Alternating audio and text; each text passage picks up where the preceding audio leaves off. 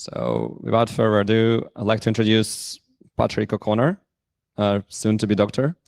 The title of his talk is Numbers versus Resources, the History of Banking. Thank you. Hello. Hey, thanks for coming out.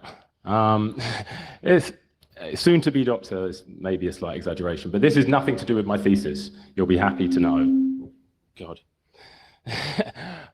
This is based on some earlier work I did, which was much less rigorous, but much more interesting. That's the way academia tends to go. So maybe I should explain the title then. Numbers versus resources. Or I wish it were a conspiracy, but I'm afraid it's much worse than that.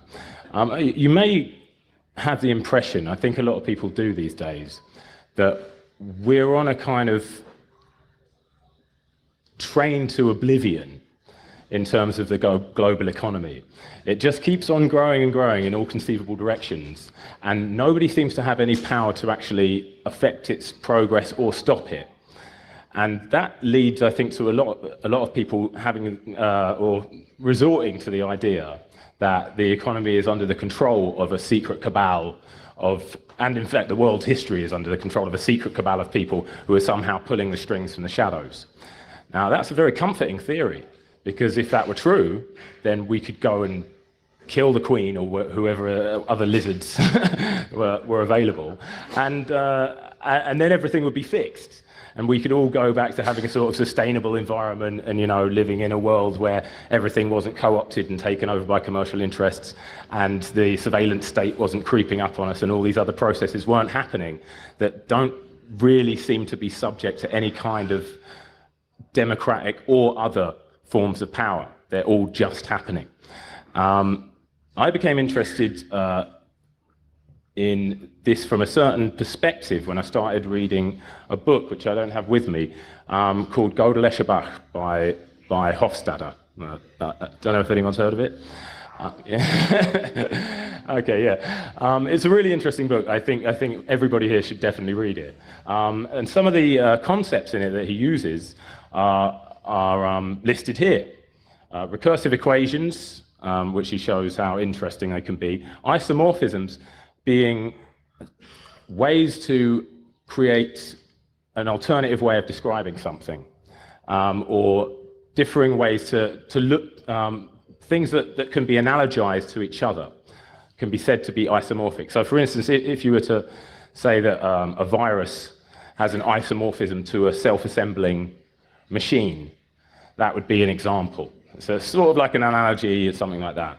And chunking, this is the most important thing, I think. This is what gave me a renewed faith in the powers of the historian when he talked about chunking, which is, it depends what scale you're looking on something, how you analyze it, and how much you can get out of the thing that you're looking at. So if you're looking at the life cycle of an animal, you might not look at the minutiae of its individual cells, or even its day-to-day activities if it was a long-lived animal. You would look at certain things that are recurring trends that happened again and again, and you would get more information out of looking at something on a large scale than you would at looking at its tiny component parts. Now, the same thing is true of human society. In some ways, we become more predictable as you scale up.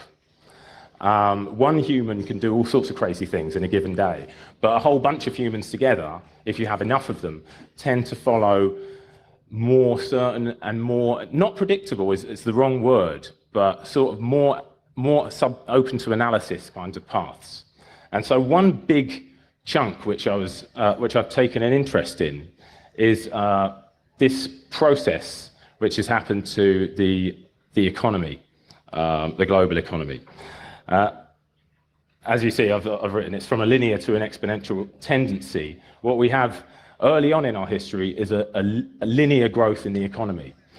And at some point between, roughly the 13th century and the 16th, 17th century, we go into a completely different mode where the economy is suddenly running away from us and dragging everything along with it. And of course, this is a dialectical process. New technologies are discovered, new resources are discovered, the economy grows yet further, and so on and so forth.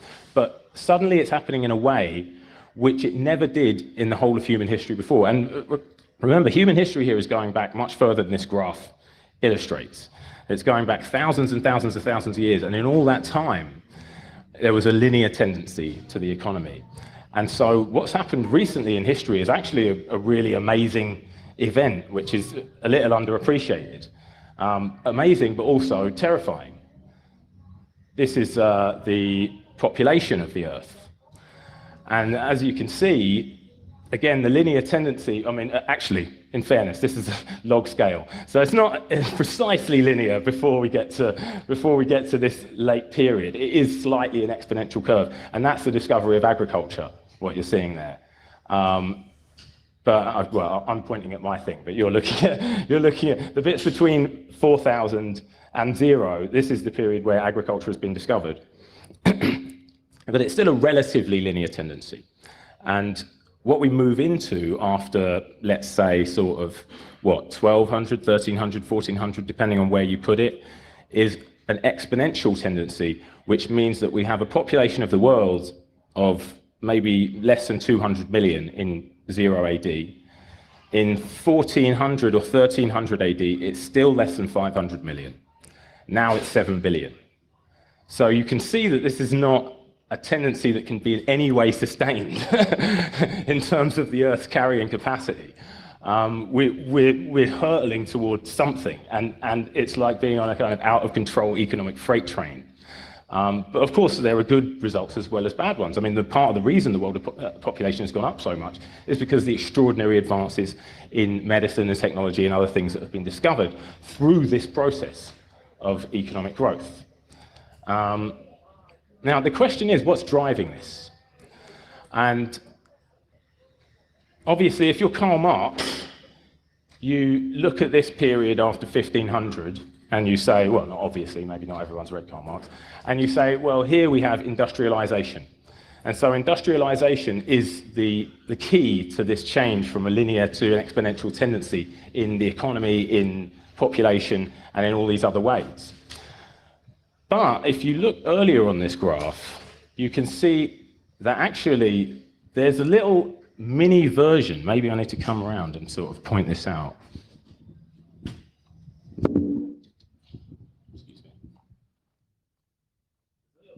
There's a little mini version here of what happens here. You see a little spike, a little attack, sustain, decay, which happens between, let's say, 1250 and let's say sort of 1350. And I became very interested in this because that happened to be a period in which the economy was financializing in a very revolutionary way, but not the economy of the whole world, just the economy of a very, very small fraction of the world. And that fraction was Italy and then secondarily Western Europe, which at this time were very small, backwards places compared to a lot of other places in the world. And they had this extraordinary takeoff, which is reflected in what happened later on after the Industrial Revolution. And this takeoff was led by banks and lending and profitable lending. Now, something else big changed in that time. This is olden times, not to be too technical with you. Olden times, there was money was gold or other precious metals, and the amount of money was obviously less than the total amount of wealth, which represented all sorts of things that could have a value. Money, in other words, was just one little piece of the economy. And what's happened between olden times and nowadays, not to get too technical with you, is that money, as you can see, has grown, and assets and liabilities, which now money is, outstrip wealth. There's more assets and liabilities in the world than there is wealth. So in other words, the creation of money has led this process of exponential growth. First comes the money, then comes well, I won't bother with the rest of the quote because it's got a bit rude. But yeah. So the financial process is a recursive exponential process. And so you can see here, you're adding to, if you start lending out money to make a return on a compound interest rate, what you get is an exponential process of accumulation, which is obviously not linear. And so what I wondered is this a coincidence? And I came to the conclusion that it's very much not a coincidence that in these periods, first this one in the 13th century, and then the later one, that financialization of the economy was a very big part of what was happening on a local scale in the 13th century and on a global scale later on. Behold, our demonic lord. This is the, I mean, I can analogize this to the story of Faust. I don't know if anyone is familiar or how much you're familiar with Faust and Mephistopheles. So Faust is this old, fusty old guy who's visited by a demon. And the demon offers him incredible power, incredible wealth, incredible pleasures. But at the same time, he leads him on this dance towards the loss of his soul. And lending, profitable lending, has a kind of similar effect. When somebody comes to you and suddenly offers you the opportunity to have a massive amount more money than you did before, all sorts of possibilities open up. So you might be the King of England and you might decide to get a much, much bigger army and invade France, which you never would have thought of doing before because France is huge and England is small. But now suddenly you can. Or you might, you might have Leonardo da Vinci inventing catapults for you, or get some really incredible hats. And all these things suddenly become possible, but at the end of the process, you have to find a way to return more money than the money you borrowed in the first place. And that's why I say this is more like the second line, yn plus question mark, which is human ingenuity, the ability to leverage whatever powers you have to get more money than you had next year than you had last year. Not just the same amount as you would do if you were just doing common agriculture. And this human ingenuity is teased out by the process of offering loans to powerful people. And so this is what the geometric representation of this sequence looks like. It's Fibonacci-ish. All right, there's something profound and powerful about it. And in each one, there's a sort of isomorphism. In each stage, it's a bigger, more elaborate version of the previous stage. Right, now I'm going to blow your mind. Here's a world map. And here's the Fibonacci sequence on a world map. And I mean, all right, some of you, the historically educated among you, may say, well, this is completely inaccurate. True, but it is roughly illustrative of a process that happened whereby financial power spread out from Europe into the rest of the world. First, from the 11th century to the 13th century into Northern Europe, from Southern Europe and the Mediterranean, as you can see there. And then later into all of these, roughly into all these other periods. All right, yeah, it's not exactly right, but it's more or less on it. But the bit that I'm interested in is this 1050 to 1250 change, which is the microcosm, you see, or the isomorphism of what's happening now in the modern world economy, or what has happened since, let's say, the 17th century. So the church had an idea that there was something wrong with this concept. They called it usury. This is the idea of lending money for compound interest. Well, they said, if you lend money for compound interest, you describe it, and they did in Italy already by the 11th century, as putting your money to work. And what the church said, quite fairly, was, well, you're not putting your money to work, you're putting someone else to work, because your money is not going to make more money all on its own. It requires a degree of exploitation, a degree of going beyond and compromising with what you were doing before and changing how you did things in a way which the church wasn't comfortable with, because the church is all about tradition. It ain't natural, they said. This red line is what a farmer does. This red line is what we were doing collectively for thousands and thousands of years. But the blue line and the green line are the lines that pop up when you start to bring usury into the equation. Well, we say, well, surely we can't be controlled by an equation, right? This is ridiculous. The unlimited variability and unpredictability of human behavior, and particularly the behavior of powerful people, because, the world historically has always been ruled over by despots, actually, up until very recently. And those despots can be a bit flighty, right? We've all seen Trump in action. Sometimes they take it upon themselves that they don't want to, let's say, pay their creditors. And in fact, they want to arrest their creditors instead and kill them all. Now, that happened repeatedly throughout history, again and again and again. And that was a process which set back and reset this system and prevented it from ever reaching its exponential potential, let's say, or its logical conclusion. So the answer is no, except under very, very specific historical circumstances. And so the example that we're going to give is the circumstances of medieval Italy and Western Europe, which is a much simpler, in a way, example than what we're experiencing now, which is happening on a global scale and is incredibly, incredibly complicated, not least because now money has stopped being a real thing. We're no longer taking money and putting it into the economy. We're creating money and we're dragging the economy along with it. But what they were doing in medieval Italy was they were unlocking stored wealth. So, all these people who had a bit of money hidden under the bed or had it in a chest or in the ground somewhere in a field could pull it out and put it into this system, which was to lend it out and get back more. Or they were induced to pull it out and put it into the system by the fact that they'd taken out loans and they couldn't afford to pay them back.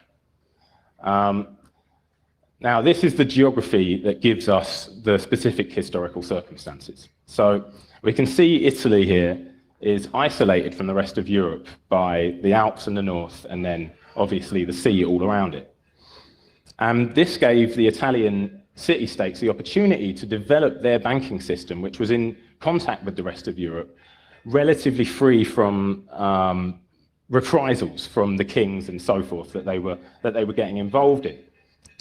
And so in Italy, what happened was that it was a very, let's say, active urban class, and they were merchants, yes, pirates, certainly, and also, very, very astute people.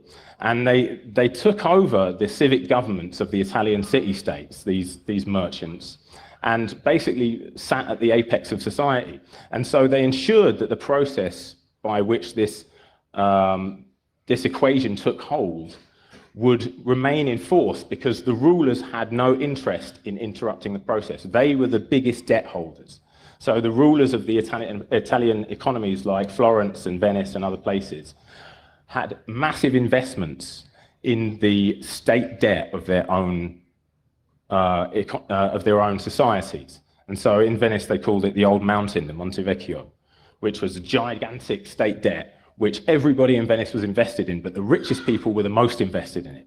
And so there was no prospect, as in other countries where moneylenders were isolated from the true powerful people, the kings and so forth, that this process would be interrupted. And they were able to gestate it and bring it to a point of real sophistication within Italy by the 12th century, or even maybe the 13th century, depending on how you look at it.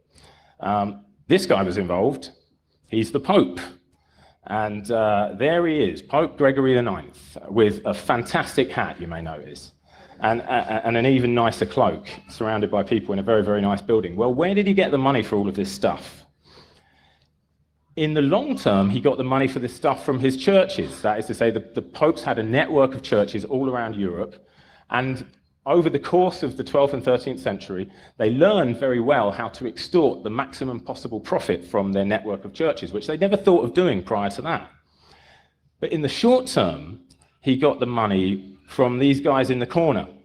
So you see we have like the priestly hats on the left-hand side of the screen, then we have a couple of monks either side of him. And then there's these guys in the corner who've got no priest hat and no monk baldy patch. These are the Italian bankers who were resident in the papal court by the 13th century. And so they were the ones providing the Pope with all of the immediate income he needed to build his vast palaces, to have his lovely cloaks, This is what they looked like before. They weren't much of anything, you know what I mean? They were just doing, masses and stuff. And then, of course, by the 13th century, they're looking like this, And this is the exponential effects that you can see happening they had to get the money from somewhere. So they found a way. I mean, they were going around Europe, occasionally taking gifts from their local churches. And then what they did was they started to make annual demands for these gifts. And the annual demands for the gifts turned them into a kind of form of regular taxation. Now, this was the papal tithe. And that taxation became the basis for the loans that they would receive from these Italian bankers. Because, of course, what do creditors want? They want you to have regular income. They want you to have collateral. And so the papacy went from an occasional, collector of money from churches to an incredibly regular, almost kind of tyrannical collector of money from all of the churches around Europe, in order to satisfy the demands that they had created themselves by asking for these loans, right? I mean, they didn't have to get involved in this stuff, but you see, you can't resist the temptation, Mephistopheles, right? So what happened next? The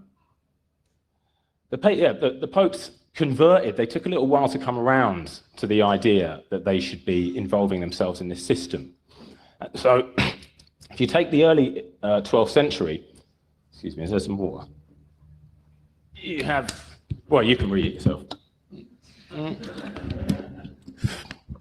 They did not like usury in the early 12th century.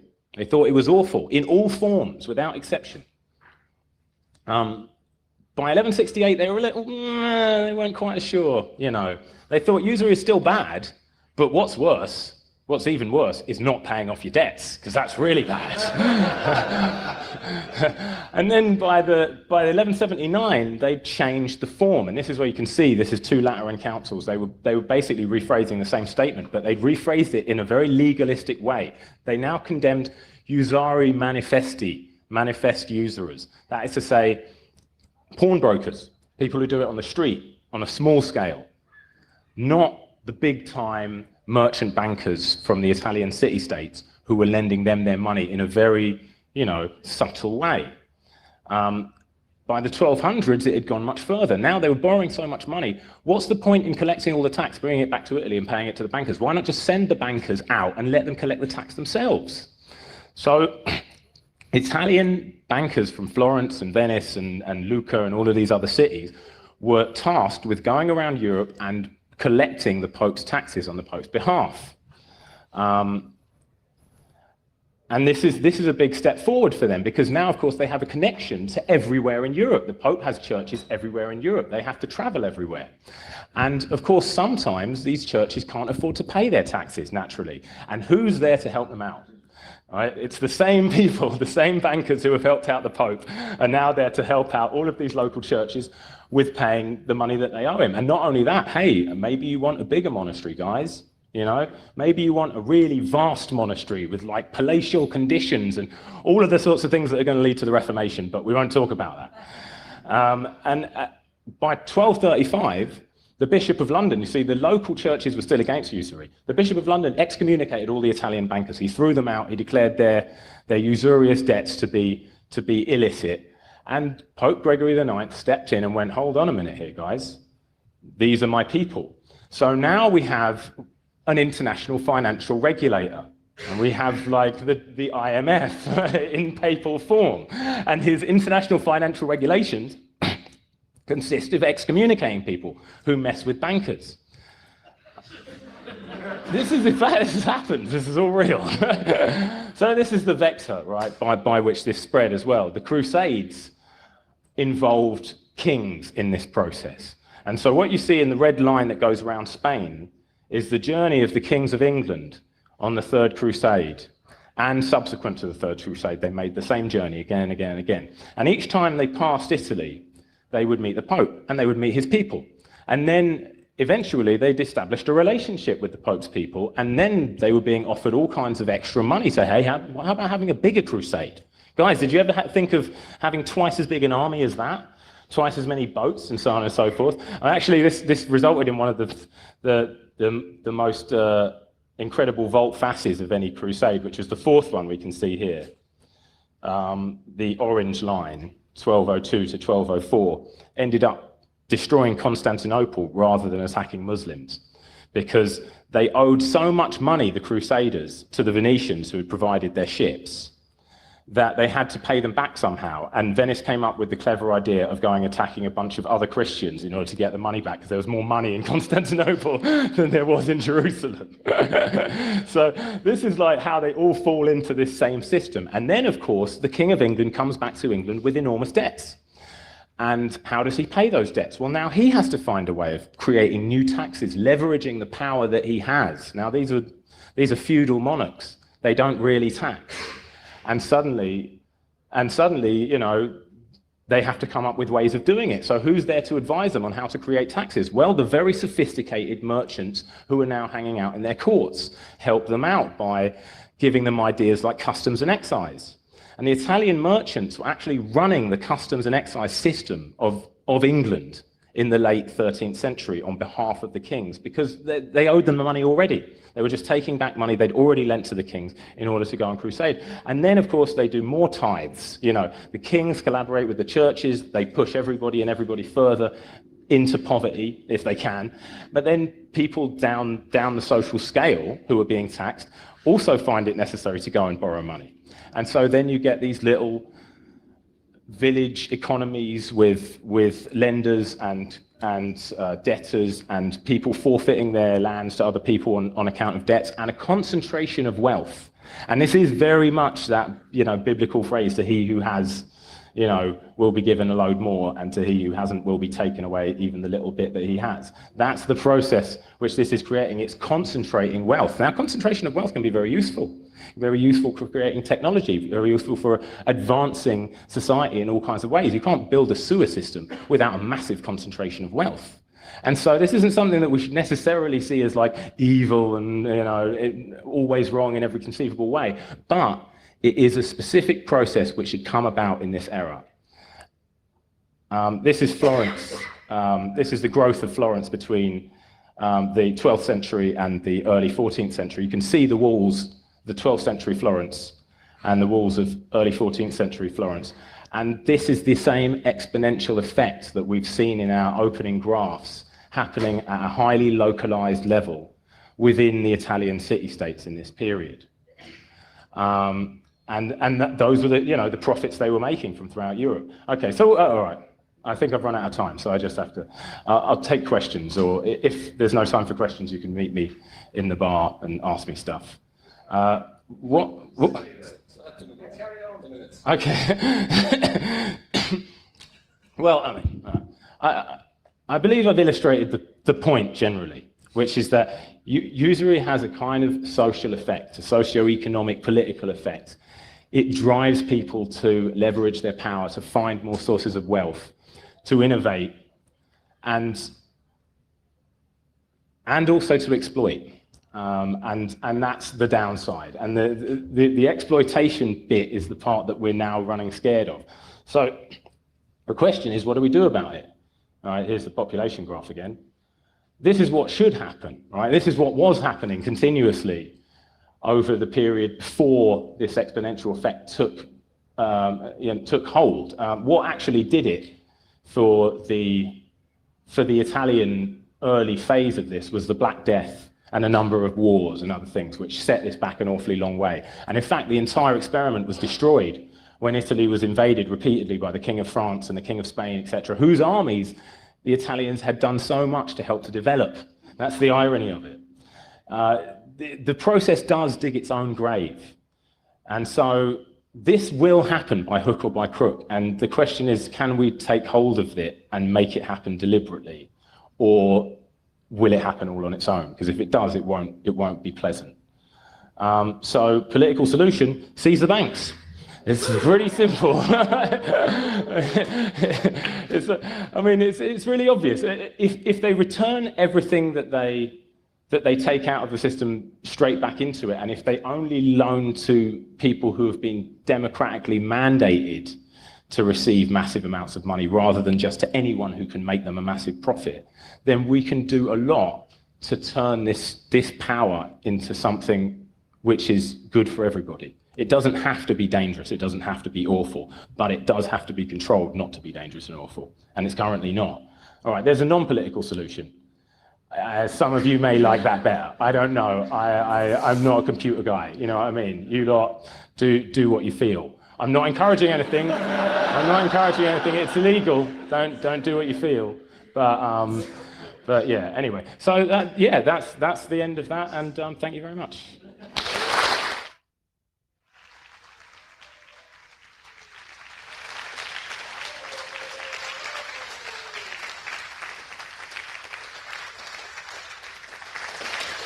Yep. Thank you very much. Unfortunately, I have the mandate to say they don't have any more time for questions in here, but you can definitely continue conversation in the bar. Patrick will be in the bar right after this talk, and the bar is behind us.